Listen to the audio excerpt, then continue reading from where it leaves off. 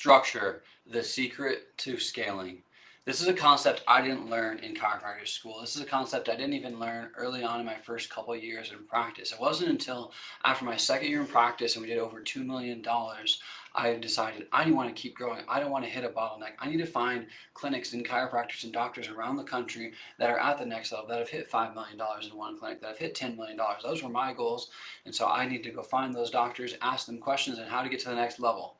And unfortunately, I couldn't find any. I found, a couple franchises, I found multiple locations, but I couldn't find anybody that wanted to achieve what I wanted to and scale my singular location to $10 million a year. And so I decided I have to look outside of our profession. This isn't commonplace in our profession. Obviously, to get to the next level is what I realized. And so I need to understand, what do other industries outside the profession know that we don't know? What is the secret to getting to the next level, to blowing through bottlenecks, to growing businesses rather than just having jobs or having small companies that close the doors when you retire? How do you get to that next level? What is the secret?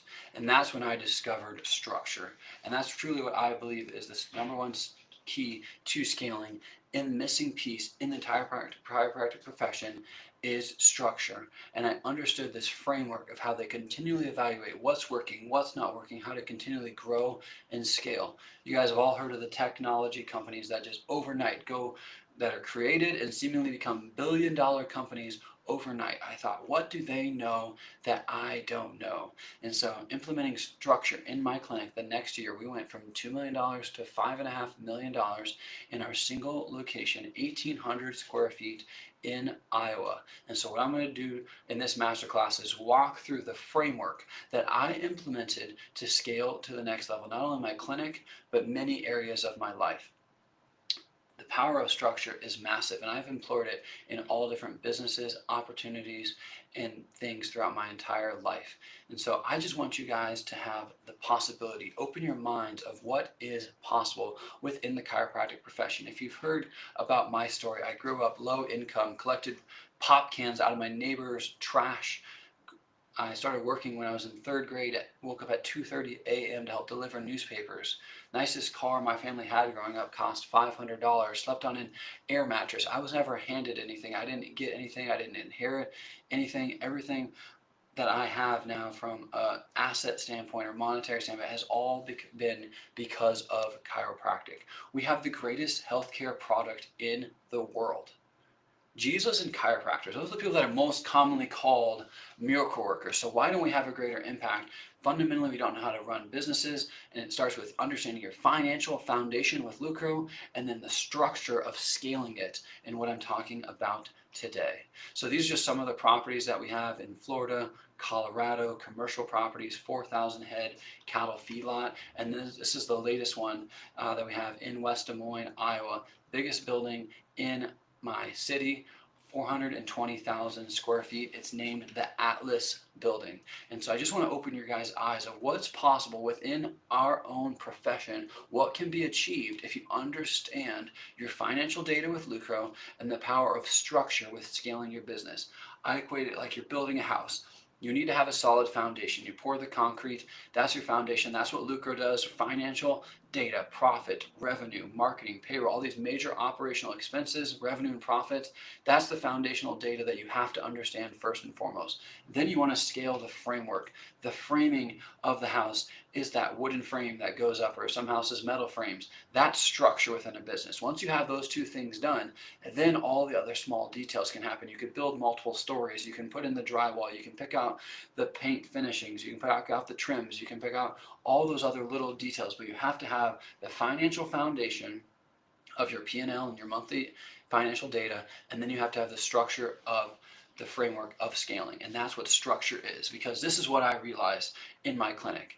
Read through this list. If you're the chiropractor and you're the owner, you're the CEO, how many of these things are you responsible for? At the end of the day, who's making sure team meetings happening? Who's making sure clinical care is happening? Who's making sure reported findings are happening? Who's setting up bank accounts? who's setting prices, who's responding to emails, who's making sure the phone vendor gets paid, who's managing all the other vendors that you use within your organization, who's making sure cleaning happens, that there's a good company culture within your organization, that marketing is occurring, that team members are advancing, that hiring is occurring, that firing is occurring, that training, sales, operations, payroll, security, technology, partnerships, compliance, right? There's 1,000 things that you need to do to run a successful business.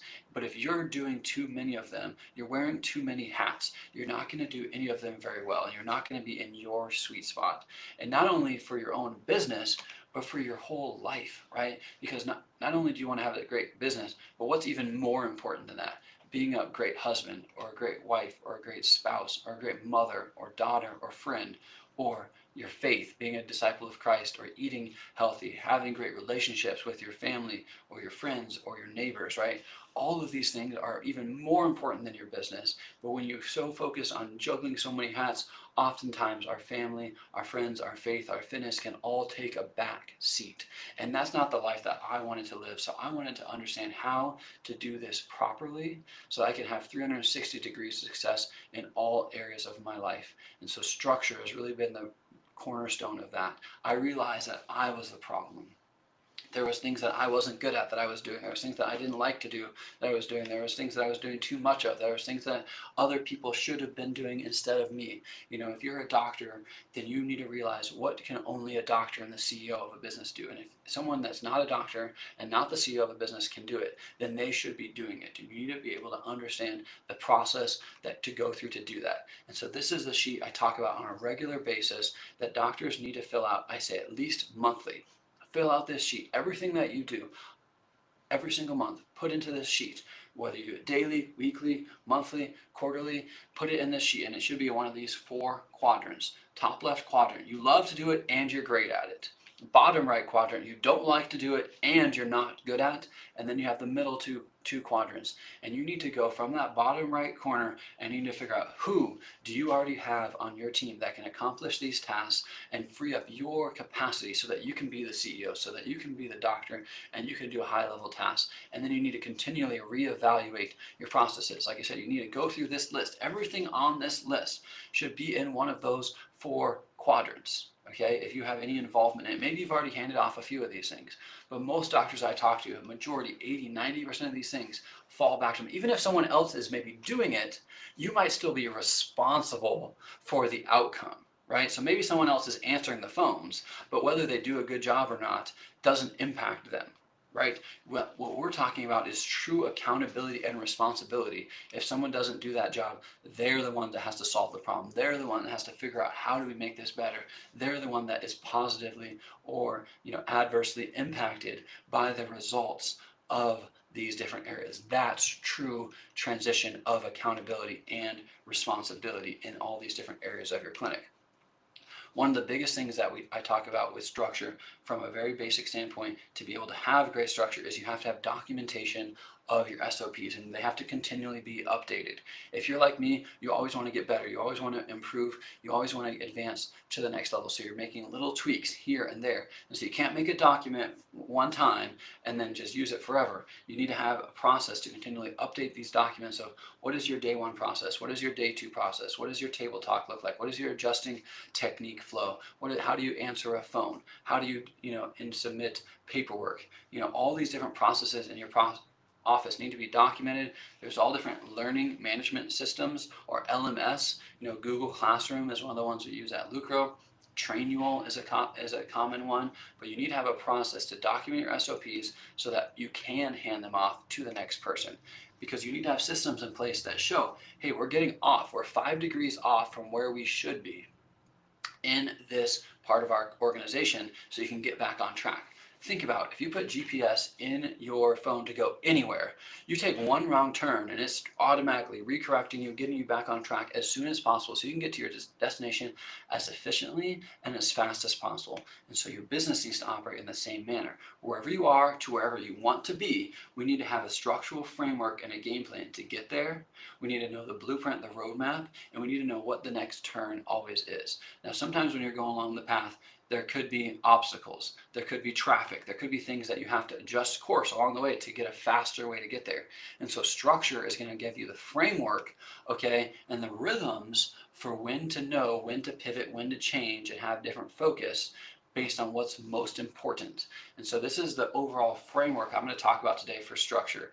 Daily stand-up, weekly meetings, quarterly reviews, and annual planning sessions to continuously have this framework of structure of constant, continual improvement and growth. If you want to blow through bottlenecks, if you don't want to have plateaus, then you need to establish structure in your business, and it starts all with these rhythms for feedback of what's working and what's not working. So let's start with the daily rhythms. What we do in our office is we have a daily stand-up or huddle before every single shift.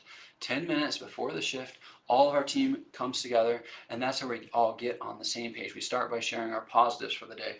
Oh, it's a team member positive or a practice member positive, someone who got amazing results, or a team member maybe who went above and beyond and delivered incredible care, with collaboration with another team member or to a potential practice member. We go through KPIs for the previous day. What's going well? What's not going well? What are the top opportunities that we need to be on the same page with? Someone's coming in with a birthday. Someone's coming in and they have paperwork that hasn't been filled out. Other person needs to be given x-rays. Another person forgot their scarf on the last visit. Another person, needs a little extra love, and we need to make sure that we deliver that to that person. Another person wanted to give us a video testimonial when they come in.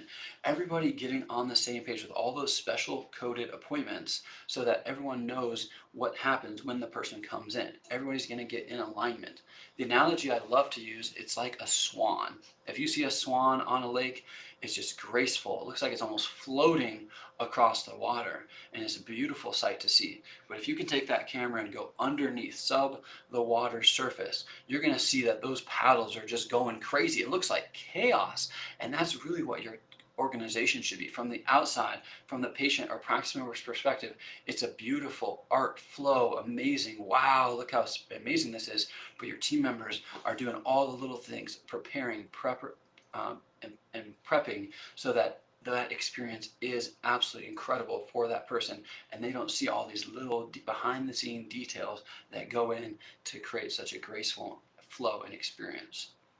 After we get aligned on all those things, maybe we have a promotion that we're doing. We're trying to get in-office Google reviews, or we're trying to do a fundraiser or a drive, or we're trying to get testimonials, or there's different things that we have, internal marketing strategies or team goals that we're trying to accomplish, right? And then we talk about something positive, maybe something motivational, sometimes share a 30-second clip or a quote to get everyone excited and pumped up for the day. Then we do a team prayer, and then we break it down sports team style on a specific word, that we want to get online with, and that's it. Then that's typically 30 seconds before the doors are going to be open the doors. Everyone's full of energy, they're excited, we're on the same page, we're ready to rock, and we're ready to have a great shift. And so we do these before. Anytime we close, we always do this before we reopen for any shift to get on the same exact page.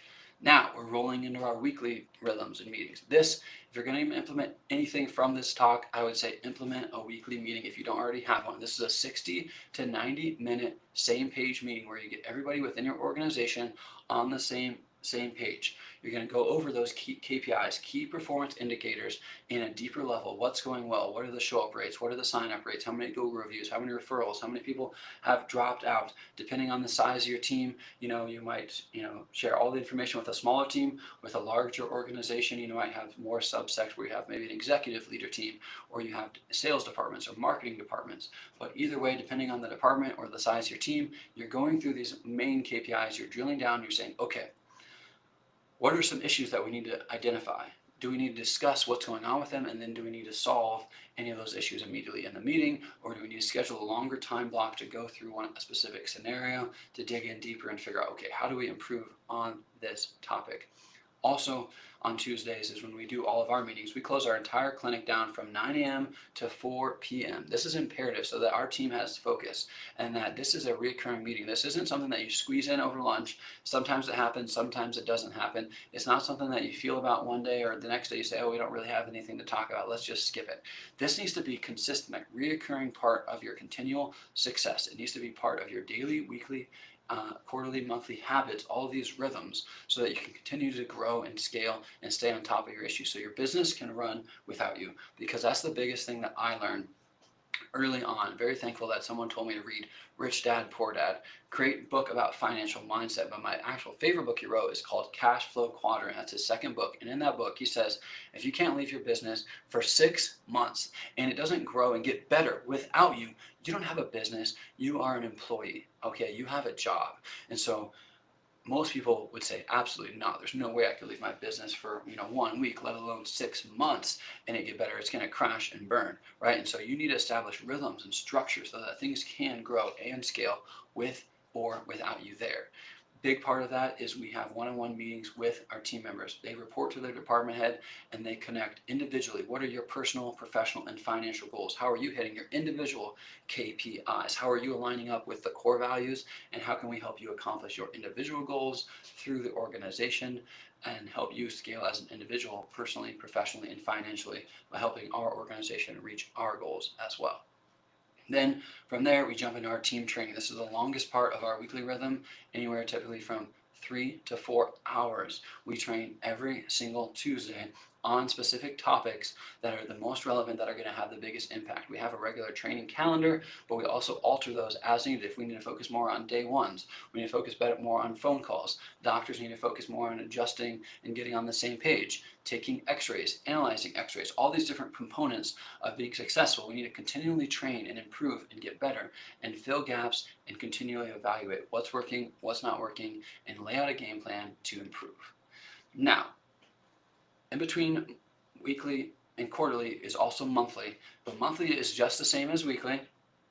It's just you're evaluating a longer time frame. So when you do your monthly your weekly meeting, that's the first meeting of every month, you're just going to evaluate the entire month. So you're just looking at the stats for an entire month, not just a singular week. And then really that just expands when you get to the quarterly, is now you're looking at all the KPIs and the data, the information, performance of everybody over an entire quarter. But on a quarterly basis, we go a little bit deeper into the strengths, weaknesses, opportunities, and challenges, or SWOT, of each part of our business. Again, if you're a smaller organization, you might just be looking at the company as a whole. But as you continue to grow and scale, you might want to break the organization into what are our strengths, weaknesses, opportunities, and challenges for marketing, for sales, for clinical care, for billing, for back office, for front desk, all the different components of your practice. That way you can identify what is the number one areas that need to be focused on in the next quarter. What are the big projects that aren't going to just happen in a singular meeting that we need to evaluate and plan. There's multiple steps to grow and scale and get to that next level. You need to be able to evaluate those, because that's really the overarching goal of a CEO, is to continuously and constantly evaluate what is that number one thing that takes the least amount of work that's going to have the greatest impact on the business. When I started studying other business, that's what I realized, is they ruthlessly identify that number one thing that's going to have the greatest impact, that's going to take the least amount of work, and they 100% focus on that one thing. Not until that one thing is done, then do they reevaluate and say, okay, what's next? And they do this in fast cycles. If you can do this on a weekly basis, monthly, quarterly basis, you're going to have multiple times where you're reevaluating what's working, what's not working, so that you're never going to get more than 5 degrees off, because you don't want to continue going down a path that all of a sudden doesn't work out, and by the time you realize it, you're way off track and you have to have huge amounts of correction. You want to find those corrections as fast as possible, just like your GPS. One slight wrong turn and it's going to correct you. You want to have rhythms and feedback loops so that you can always be continually marching toward your goal. Big thing about quarterly rhythms, as well as performance reviews of your team members. You need to make sure that they're aligning with your core values, as well as they're objectively hitting their KPIs, primary skill, and purpose of their role. If you don't have core values, you have to establish them within your organization. That's how you know you have the right people within your organization. Then the right seat for them within your organization is based on their skills and ability to hit performance metrics. But first and foremost, they need to have alignment. And core values aren't just something that you talk about once, put on a wall. Okay, that is how you generate feedback in your organization, is through your core values. Rather than me coming to an individual and say, hey, you messed up, you did this wrong, you need to do this better, you can totally flip the script and rely on your core values and say, hey, Jennifer, can you please explain to me, this circumstance and how it aligns with our core value of communication? Hey, John, this is what I heard what happened. Can you please help me understand how that lines up with our core value of excellence? hey, Alicia, can you help explain, understand, what you're doing to take initiative on this activity? And so holding people accountable to the core values, or letting the core values hold them accountable themselves. That's the premise of structure, is that you have core values, you have KPIs that are thus holding people accountable. And you say, hey, you are responsible for this activity. These are our core values that you need to do the activity within, the framework of what you need to operate. And this is the performance metrics that I want you to hit. And here's your documented SOPs, okay, of how to do it. So if you have documented SOPs, you have the KPIs, and you have the core values, again, that is the structural framework around someone being able to do their job with or without you, all right? And then they can say, hey, I want to keep improving. I'm going to get commission, or I'm going to get bonuses, or I'm going to get a higher raise if I hit my performance reviews. So then they're going to start to figure out, okay, this is my number, how do I get better? This is the SOPs. I'm going to follow the SOPs like they're supposed to be followed, okay? And I'm going to do that with consistency. I'm going to keep training on it. And then they might start to think, oh, I can make this, maybe I can make this minor tweak here, minor tweak here. And then they bring that up in their one-on-one, or they bring that up in their weekly meeting, and they say, hey, this has been going really good. I have 80% on this. I think I can maybe get it improved if I could, do this. Hey, what do you think about this? And that's where you get team members dynamically involved in the growth and scaling of your practice. They're not just robots doing, what they're told, but they actually understand the why behind what they're doing, and they're proactively trying to solve and grow the organization. Now, dailies, weeklies, monthly, quarterlies, all roll up in an annual rhythm. Annual, again, is just like an expanded quarterly. It's typically done over 2 days, and you're just going to go deeper in the bigger picture items. You're going to really evaluate your core values. Are these still our core values? Are we living these core values? Do we need to change our core values? Do we need to add core values, take away core values? What is our vision for the next year, the next 3 years, the next 10 years, okay? Overall evaluation of what's working, what's not, and just bigger pictures, just longer time horizon. You're looking at the whole year. You're comparing this last year to the year before, to what you want to do the year ahead. It's just zooming out a little bit more and evaluating what went well, what are the strengths, weaknesses, opportunities, and challenges, and really identifying the priorities of how to rhythmically move forward into the next year. Okay, so all of this combined, what it really is a success formula. And what I feel structure is that's exactly this. Correct actions taken consistently are going to equal success. And if you have the consistent actions of daily, weekly, quarterly, monthly meetings and reviews, one-on-ones, and training schedules, you're going to be able to have the process to identify what the correct actions are. Then you consistently take action on those actions, with consistency as well, and then it's just this flywheel of success, okay? And so if you haven't already scheduled out when your meetings are, where they're happening, who's going to be involved, what's occurring, and the goal of those meetings, take a picture, take a screenshot of this. That needs to be priority action item as soon as you're done watching this, or even pause it right now. But you have to have a rhythm of when all these meetings occur, who needs to be involved with them, what KPIs you're going to go over, where they're going to occur, when they're going to occur, what the goal of the meetings are, so that you can have this consistent framework of success. Again, financial framework of Lucro based on your monthly and financial data. That's the concrete of your building, the frames of the building. This is the structure that we're walking through, okay? But this is what I just alluded to, is the flywheel of success. Okay, you have weekly meeting is really the crutch, the kind of the main key pivotal meeting, okay, that's just reoccurring 52 times a year. You're having the 60 to 90 minute meeting where you're identifying the top priorities within the organization, the top things that are going to move the needle. Again, we talked about there's 1,000 things you could do.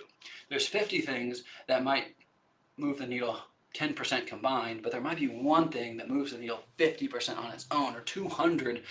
So the whole premise is to identify that top thing, then come up with a game plan. How are we going to implement that number one thing? Okay, do we need to schedule additional time, meeting, game plan to take action on that? Do we need to talk to any outside vendors? Do we need to hire anybody? What's the next steps? And then taking that action. And then once you take that action, then you go back to your meeting and you evaluate, okay, did it work? Did the KPIs change? Did we get objective improvements? Did it increase revenue? Did it increase profitability? Whatever the main KPIs with that action being measured. And then you say, okay, hey, that one's good. Let's just document SOPs reoccurring, or hey, let's continue make a few tweaks on that. Maybe we need to do a little bit deeper on that, or maybe there's a next priority. But the biggest failure I see so many people is saying, annual meeting. these are the 10 things we need to do this year. This is the first one, this is the second, and this is 10. And they just systematically march through that. That is not the best way to operate. You need to identify maybe the top 3 things. But after you do the first one, you need to reevaluate. Is number 2 still number 2? Because what you thought was number 14 might now be number 2, and what was number 2 might now be number 22. And so by continually evaluating and having these rhythms in place, you're going to always stay ahead of it, those bottlenecks, those plateaus, and continually grow and scale and get to the next level. So this is one of my favorite concepts, is that you're just trying to get better, 1% better every single day. You're trying to continually identify what is that top thing that you need to be focused on every single day. Again, this is the goal of the CEO. If you're a doctor, you're the CEO, you're the owner of this organization, you need to be constantly focused. This is your number one goal. Everyone else has other KPIs and processes and projects and stuff like that, but you're at a higher level and you're helping everyone understand their roles, how they fit in, to figure out that top thing to do that's going to grow and scale and get your business to the next level. Because like I talked about earlier, this is really the true secret that we need to figure out in our chiropractic profession. If we want to grow and scale, we're great doctors. We have the greatest healthcare product in the world, bar none. But what we need to do is we need to have better rhythms and structure for success to give and deliver that life-saving, life-changing care into our community. And by establishing better structure in your community, I know that's going to be a huge part of it. Hopefully this provided tons and tons of value for you today. If you're not already a client of Lukla, I would highly recommend booking a strategy call with me or one of my team members so we can dive in and lay that financial foundation for your clinic. That is really the hallmark of growth in any main business, right? They're evaluating their revenue, their profitability, and that's the big problem with most bookkeeping companies. I had the same issue when I first started, is they're only valuable the one day a year you file taxes. And so we evaluated hundreds of clinics and we found that not a single clinic that we talked to actually knew their real data. They only knew their numbers to file taxes. They didn't know their actual financial data to make strategic financial business decisions to grow and scale their business. So this is what I found out for myself of how to grow and scale. To my clinic did just under $7 million last year in one location. And then I layered structure on it. And that's really how we have gone to the next level. So thanks again for listening. Hopefully that provided incredible value for you. And we have an entire vault of masterclasses with other resources for you to take advantage of. We want to uplift and advance the chiropractic profession. Thanks for tuning in.